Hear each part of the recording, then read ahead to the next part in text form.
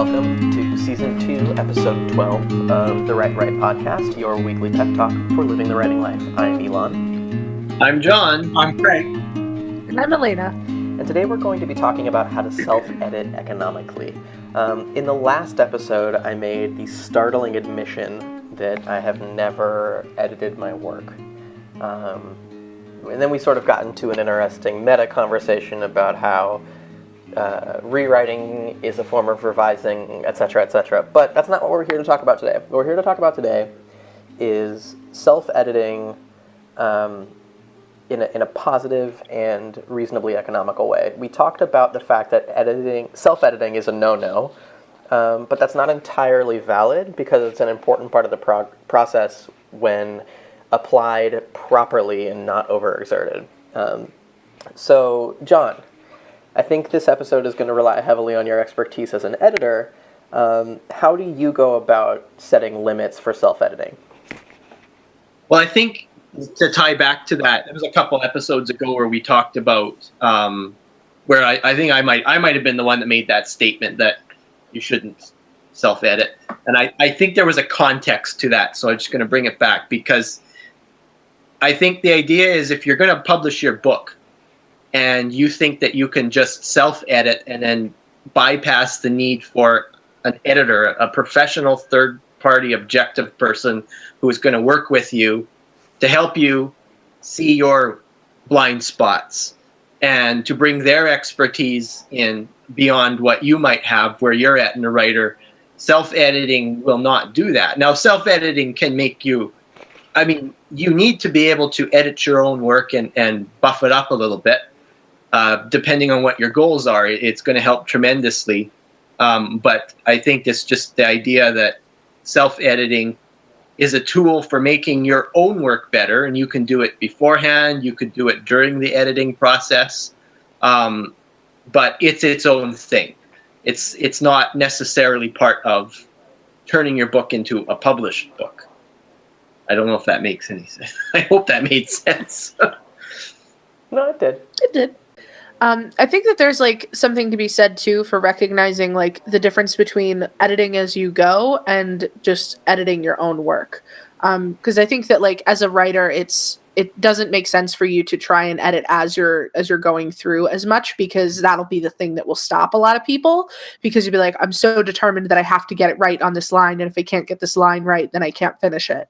So I think it's good, especially when working on early drafts, just kind of get the idea out of your head and then separate that time from the time that you're going to go through and look over it and make sure that it's grammatically sort of makes sense, that the story is actually flowing how you wanted it to. But when you try to tackle both of those things in the same sitting, I feel like that psychs a lot of writers out, and it's why a lot of people don't get to actually finish their work.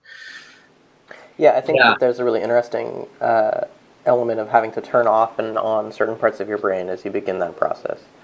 And when you write, you imagine things exactly the way that they're intended to be imagined, but translating that imagination to the page and then back into that same brain that did that might actually be difficult to separate from, which is why when I read back, when I am reading over the stuff that I've written as I write it, I'll usually do so aloud, because it helps me catch errors more frequently than if I was just reading in my own head.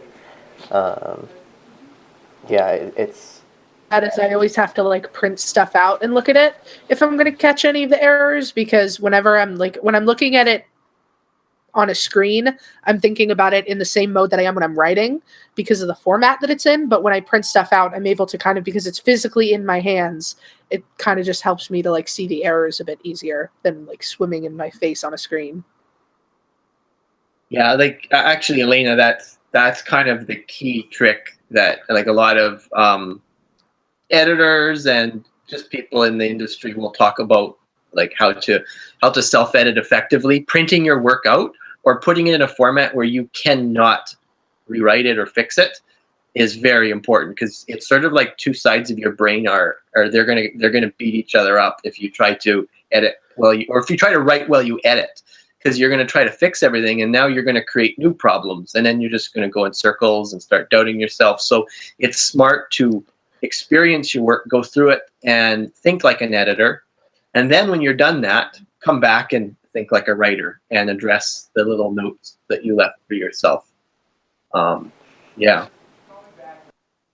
What about, like, because I know you've done a lot of self-editing with your Yeah, fiction. I'm someone, I think I said in the previous podcast, that I can't really edit myself that well. I can more or less do a proofread of my own stuff. If I'm in the situation where I do have to edit my own stuff, the key I find is I have to have a certain amount of time between when I finished writing and when I start self-editing. Ideally, a month or two, because then I don't have the whole story fresh in my head anymore.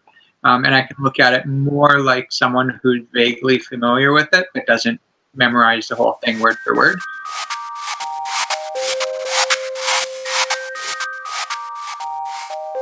Intermission. Intermission is now over. Elon's distraction corner is something that you, listeners, will not be privy to. John, what should you look for in your own work as you self-edit? Because as we know from previous discussions, there are different tiers of editing: copy, developmental, proof. What should you be trying to find in your own work? Well, I think it's going to differ from writer to writer. One thing that I find helps when I think self-editing mode, as Elena mentioned, I'm right on the same page. You should make sure that you separate I'm a writer and I'm an editor, because you need to get your story out, get it on the page. Don't be trying to perfect it as you write. But when you come back and you look over it, I think it helps to give yourself very narrow focus objectives. So to give you an example, let's say, I would recommend, if you finish your draft, read it over. And try not to go too crazy with fix-it notes, but more just making impressions of what's there. And then you'll notice that there's some themes. Like, one thing, to just throw an example of a book I'm working on now, 1,000 Roads, I noticed in the rewrite that I added a lot of exposition. And I was reading a chapter aloud to a friend. And when I was reading it out loud, I went, oh man, I got to cut 3,000 words from this chapter, because this is just blah, blah, blah, and who cares? But to me as a writer, when I was writing it, it flowed really well. I got excited. I was thinking it's like the Tolkien Gandalf Council of Rivendell moment, and it wasn't, right? But I didn't see that when I wrote it. So what happens is, now I'm aware that I'm going to have a lot of exposition dumps, and I will go over that manuscript with a specific intention to cut like 1,000, 2,000 words per chapter and cut it right down. And that's going to be its own battle. And I think breaking apart what you have to do into specific objectives helps you to get through it and not feel like, I've been revising this manuscript for 6 months now and I'm so tired and it sucks and I introduced 10 other problems. So that's definitely. So that brings me to my next question pretty handily. Are there things that you shouldn't do? Like, how deep should you go when you edit, when you self-edit? Because this is high level stuff. This is mechanical, basic qualities of your work. Not you're not looking for comma splices. Again, I think it's going to vary from writer to writer. Some writers find what they're trying to tell in their story by really sweating out those details. I know for myself, when I draft the first time, I like to capture the beauty as much as I can. And then when I come back over it, it's the ugly parts that I want to try to find the beautiful parts that I didn't catch the first time through. And that's how I approach it. So sometimes obsessing over that comma splice or the sentence and how that sentence looks and does it work, does it not work, like sometimes that's where it's at. And I think you just have to listen to your intuition. The key is just, it depends on the process that you develop and how you go about it. And it's going to vary for every writer. It's going to vary for every project. I don't think there's a simple thing. I think the best, I don't know, Craig, Elena, do you have rules that you set for yourself when you revise your work? As I think we'll probably all have different limits. Yeah, For my, well, I know when it. Oh, go ahead. I'll be super quick. Don't worry. For myself, Take your when I'm time. editing my own stuff, I can't do higher level edits. For some reason, I cannot look at my own stuff that way. So when I self edit, I do the basic thing: passive voice versus active voice, staying in the correct point of view, spelling and grammar, plot holes. That's basically all I do. Yeah, when it comes to my editing, I always will like I couldn't necessarily tell you what the tipping point is, but I know that I usually get to a tipping point where if there is X amount wrong with it, I have to rewrite it. I can't like keep the same text there, or what I'll do is I'll just hit like so that I don't delete the work that I have, I'll just put like a line break and then just start rewriting it from right there and just keep going, because it's like for some reason my brain has a hard time like separating the new ideas from the old ideas of what needs to be fixed. um so there's a lot of my edits and my revisions that I do end up just kind of looking like a Frankenstein of a draft that would probably make no logical sense to any normal humans. It's like when I then have to go show it to a friend, I always have to like reorganize it so that it's back all into one thing because I just chop it all up. um but Yeah, the things I probably look for the most when I'm self-editing are usually just like story take me from point to point to point. And I think it's that comes from the fact that like most of my even though I've been writing novels for longer than I've been writing like short films or screenplays, that's what my education is in. And so since I've, been taught how to craft a screenplay, whenever I'm looking at any kind of story now, I always break it down into the beats and the moments of the scene. So if there's something that feels off, I'll usually end up just going back and rewriting because I'm like, it doesn't make sense to have it go this way. totally. So like, I do a good amount of revision. In fact, like an almost comical amount of revision in my day job, writing blog articles and bylines for an online advertising company. And that process, I actually just do total version control. So I will collect notes and comments on a version, and then I will type out the whole document again with those comments absorbed, because it can get pretty unwieldy for me as I'm working on stuff to see that many strike-throughs or changes tracked. So I will leave all the comments intact and then transpose the corrected version into a new version of the document. So like my work scrivener folder is like, there's a folder, and then in that folder there is like 7 different versions of the same article. And that's how I sort of manage those versions. And each stage of editing for those pieces is like, okay, did I capture the message that I'm being told to deliver? Is there an actual narrative structure to this, or am I just like yelling at someone from atop a surface of some kind? Or do I address the problem? Because in my capacity as a marketing writer, my job is to identify an issue, like a major problem that people face in their daily life. Specifically, in this case, it's about work. To find an issue, exacerbate it, and then solve it. So I need to make sure that I'm hitting those points pretty consistently. In my fiction, though, I don't have any experience with that directly right now. But thinking about it definitely, my set of techniques is to just complete versions, new complete versions every time.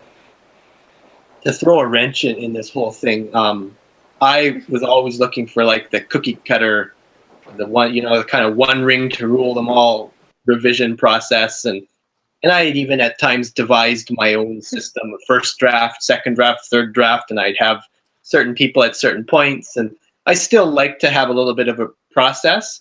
But I wanted to find out how Pat Rothfuss, who wrote The Name of the Wind, worked on his book, because apparently he spent 14 years revising it. And it went through, I think, double digits number of drafts before it was published. And I wondered, does this guy have a process? And when I did find some forum posts and things that he had described it, his process is absolutely chaotic. Now, at first that discouraged me, but when I read it, it made me realize that he treats it kind of like a gardener in the garden. You go in there, you get your hands dirty, you look, if there's weeds, you pull them. You want a beautiful garden. give it a, like go in and just keep giving it your love and your attention, get it out to people. And the way he described revision, it's a very organic process. And I think that's kind of, when you're creating art, any kind of art, and writing is an art, you are finished when you know exactly why you created what you wanted to create. And the process of revision and all that is about getting to the heart of that. Now that's on the level of the story itself, but as far as editing goes, like that's a marketing thing. So if, say, a certain publisher picked it up and they want to sell it to the military thriller audience, they might give you a different set of editing instructions than you'd come up with. But as far as the self-editing goes, you just need to make sure that it's done to what you set out to do, and trying to figure out that in its entirety. When you can go read your book over and not feel like there's anything to fix, then you're done. Incidentally, do you know if Rothfuss is a plotter or a pantser? That I don't know. Because I wonder how that would affect your revising, because I am a wannabe plotter, but definitely a pantser. Like I've looked up story structure, I've tried spreadsheets, there's index cards, I've tried so many different options for plotting out a story, but without fail, I'll sit down and just start typing, and that's when cool stuff happens. And that might be why I have a hard time. Planter. I was going to say, I call myself a planter because I'll make a really detailed plan and then I'll toss it to the wind like 10 minutes into my writing. Nice, I like that. Plantser. Good hybrid. But yeah, so maybe that's why I have trouble revising, because that seems to be a very structured activity. And if you're treating it like a garden and it takes you a really long time to cultivate a beautiful garden like that, maybe he's a pantser. I get the impression he is, because his story changed dramatically over the course of writing it. So, yeah. So I mean, that's not the mark of somebody who is. I mean, it can be, but it's usually when someone's a pantser, every time they're drafting, they're deepening the layers. They're going in and unearthing this story. And so, as long as every time you go in, you feel like you're connecting to deeper levels of the story and you're getting closer to something awesome that you went in to grab, then you're getting there. I think revision can feel like a revolving door if you're just going in and fixing commas and changing words and you're leaving things. You need to go in there with the mind of a writer who's going to write new stuff, even if it means making a huge mess that you have to clean up and have fun cleaning it up. So. Yeah, do you enjoy revision? Like, John, you do. You love to revise. I love it. Oh, I hate it. Absolutely hate it. I want to set it on fire. I just don't like. Okay. Because the book that I'm working on right now, I wrote the first draft of it through 2015. November and December, I completed the whole 90K in that 2 months.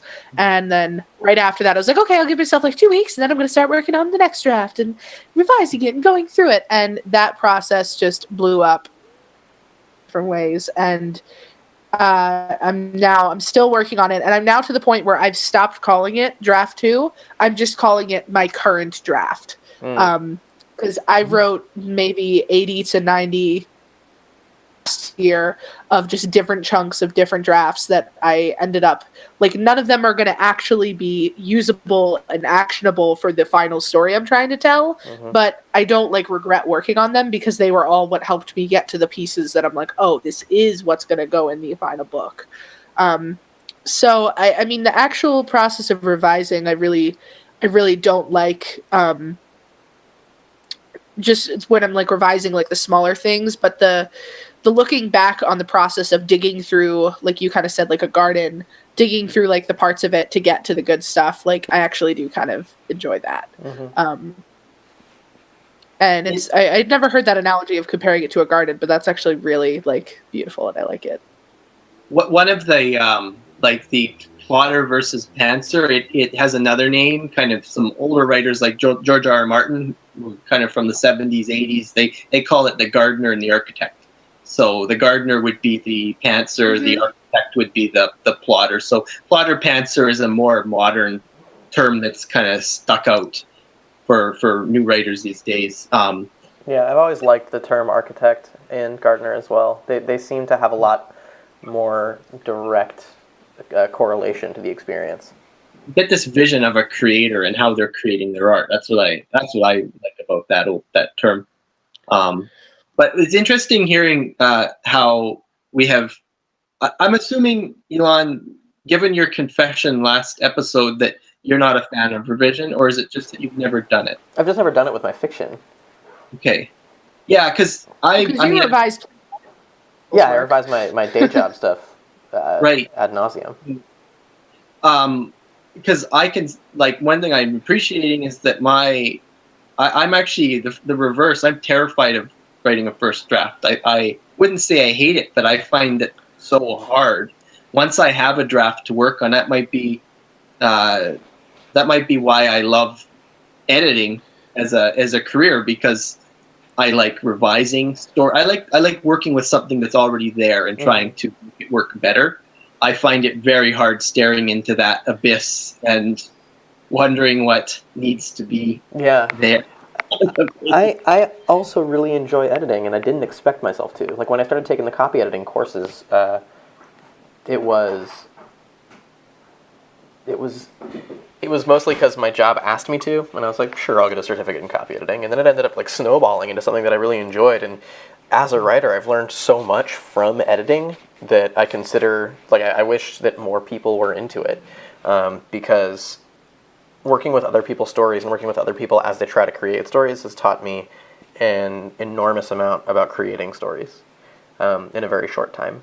I think that since I started editing, I've become a much better writer. So maybe I should edit my own work. And see, I'm the total opposite. And like, I'm the total opposite because I revel and delight in ways I can't even describe with real words in first drafting. Because it's just, it's so crazy and it's so unknown. And it's like, you have no idea what your brain is going to spit out. Some of the stuff that you come up with in a first draft.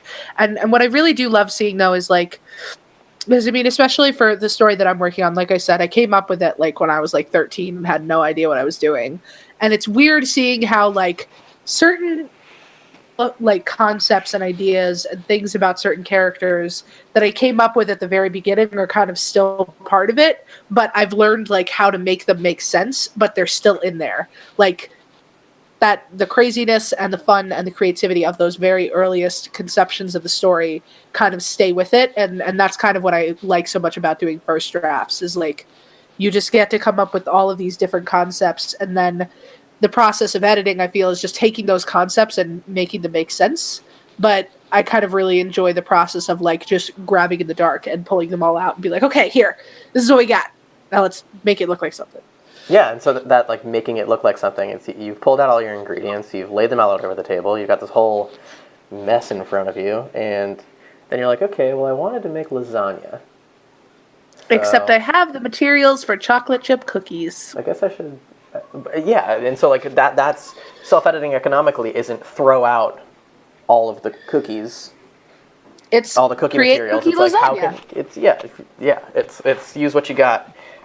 Maybe find a couple additional tools or pieces that could be helpful, but yeah, I don't know. It's a cool way to think of it. Just grabbing ingredients or architecting or gardening. There's a lot of really interesting metaphors for being a writer, which I suppose makes sense given that's. I don't know, it makes sense. Enough said, it makes sense. That's that.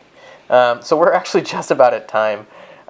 We have a recommendation from John for a book and also a prompt. So I will let you take it away. All right. So our recommended reading this week is Self-Editing for Fiction Writers by Dave King and Reeni Browne.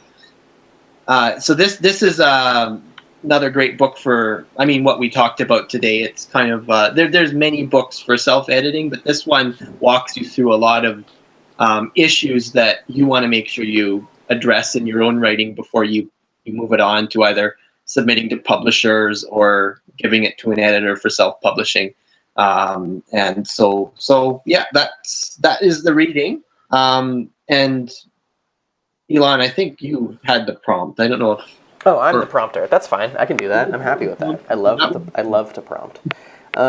So the prompt this time, and I'm definitely going. I'm like less than 100 words away from finishing a short story, and I'm going to do this with my short story, and that is to set a timer and edit the piece or a chapter of a piece that you're working on, sticking strictly to a single point of your edit. It can be superficial, grammatical stuff, or it can be like, is character voice consistent? Whatever it is, give yourself a time limit so that you don't get bogged down in the details, so that you remain on task with what you intend to edit. So I will commit to checking and making sure that that the narrator voice doesn't shift too dramatically, because in the story that I'm working on, the guy is very Metamorphosis-esque, and he becomes like a Birdman. So I hope that it doesn't change, because I don't want him to be like a snarky, know-it-all, and then like a wise old bird. That's too big a transformation. So I'm going to be checking on that, and I hope that you guys, listeners, find something to stick to and self-edit economically. That's it for this episode. Thank you, podcasters. Thank you, listeners. Thank you, sunny sky outside. We will see you next time.